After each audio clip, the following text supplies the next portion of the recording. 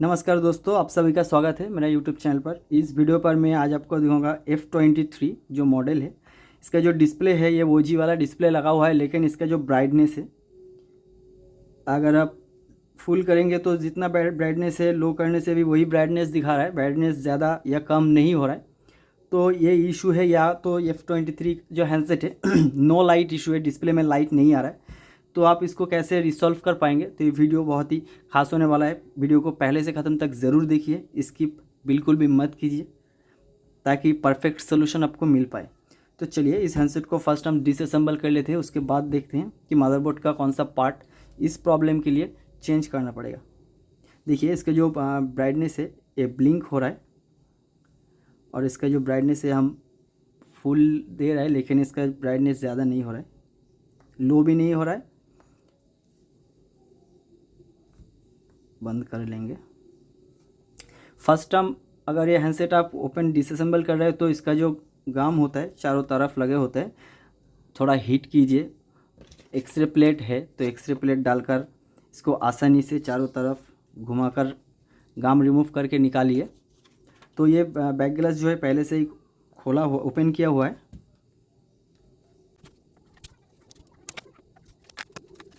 हाँ, इसका ऊपर भी गाम रहता है। जब आप इसको डिसअसेंबल करें तो इसको थोड़ा ऊपर कीजिए, नहीं तो इसका जो कैमरा ग्लास है ये भी टूट सकता है।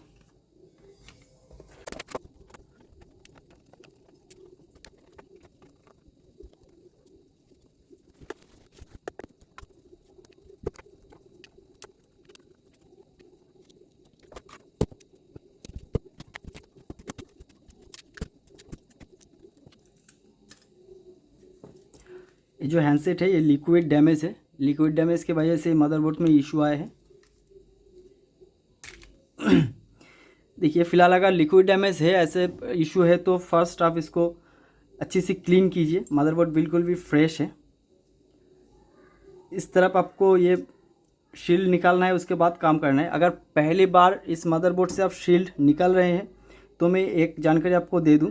अगर आप निकालने से कैन कटर से निकाल रहे हैं तो अलग सा बात है। ये जो चारों तरफ है कैपेसिटर रजिस्टर छोटा छोटा लगा होता है, कैन कट निकलते वक्त भी हैंडसेट डेड हो सकता है। तो देखिए इस तरफ और इस तरफ थोड़ा सा आपका गैप मिलेगा। तो जो बड़े ट्विज़र होता है थोड़ा सा इसके अंदर डालिए, उसके बाद शील्ड को निकालिए, तो उससे मदरबोर्ड पर कोई भी इशू नहीं होगा। तो फर्स्ट अगर ऐसे इशू आए, जो डिस्प्ले अपने चेंज कर दिया उसके बाद भी सेम इशू आ रहा है, तो मदरबोर्ड से सबसे पहले आपको तो ये लाइट जो सेक्शन है ये आपका आएगा लाइट सेक्शन। देखिए दो कॉइल लगा हुआ है डायोड, और एक आईसी लगा हुआ है। तो ज़्यादातर तो ये कॉयल या आईसी से ही प्रॉब्लम होता है, तो हम फर्स्ट इसका जो कॉयल है वो रिप्लेस करेंगे, और अगर नहीं हुआ तो उसके बाद हम आईसी रिप्लेस करेंगे। देखिए ये आईसी और कॉयल दोनों ही है। तो फर्स्ट हम इसका इसका कॉयल है, कॉयल रिप्लेस करके देखते हैं। अगर नहीं हुआ तो उसके बाद हम आईसी ये वाला डाल के देखेंगे।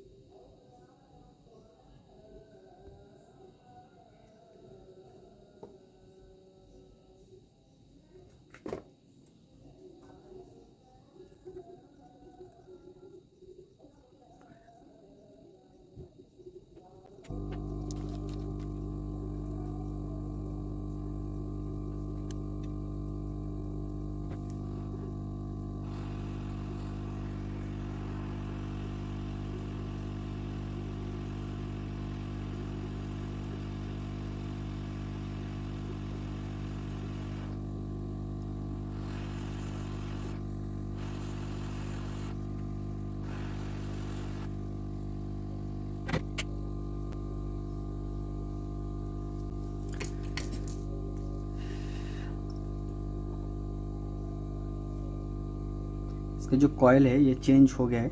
अब हम मदरबोर्ड को थोड़ा कूल ठंड होने के लिए रखेंगे। उसके बाद मदरबोर्ड ज़्यादा गर्म है, उसको ठंड करना है, उसके बाद ही आपको हैंडसेट को ऑन करना चाहिए।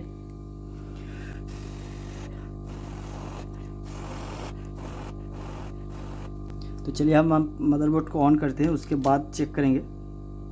अगर प्रॉब्लम सॉल्व हुआ तो कॉयल से ही सॉल्व हो जाएगा। अगर नहीं हुआ तो हम आईसी को रिप्लेस करेंगे।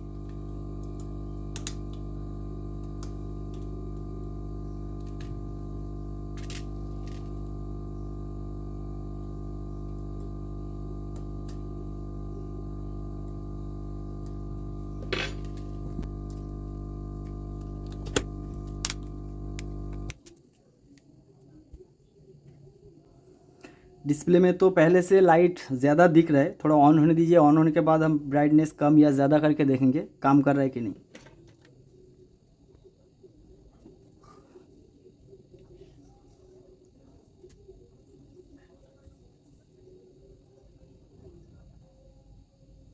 परफेक्ट। इसका सिर्फ कॉयल चेंज करने से ही ये प्रॉब्लम आपका सॉल्व हो गया है। तो अगर नो लाइट भी हो, अगर डिस्प्ले में लाइट नहीं है या ब्राइटनेस काम नहीं कर रहा है, तो ये कॉयल आप चेंज कर दीजिए, 100% आपका प्रॉब्लम सॉल्व हो जाएगा।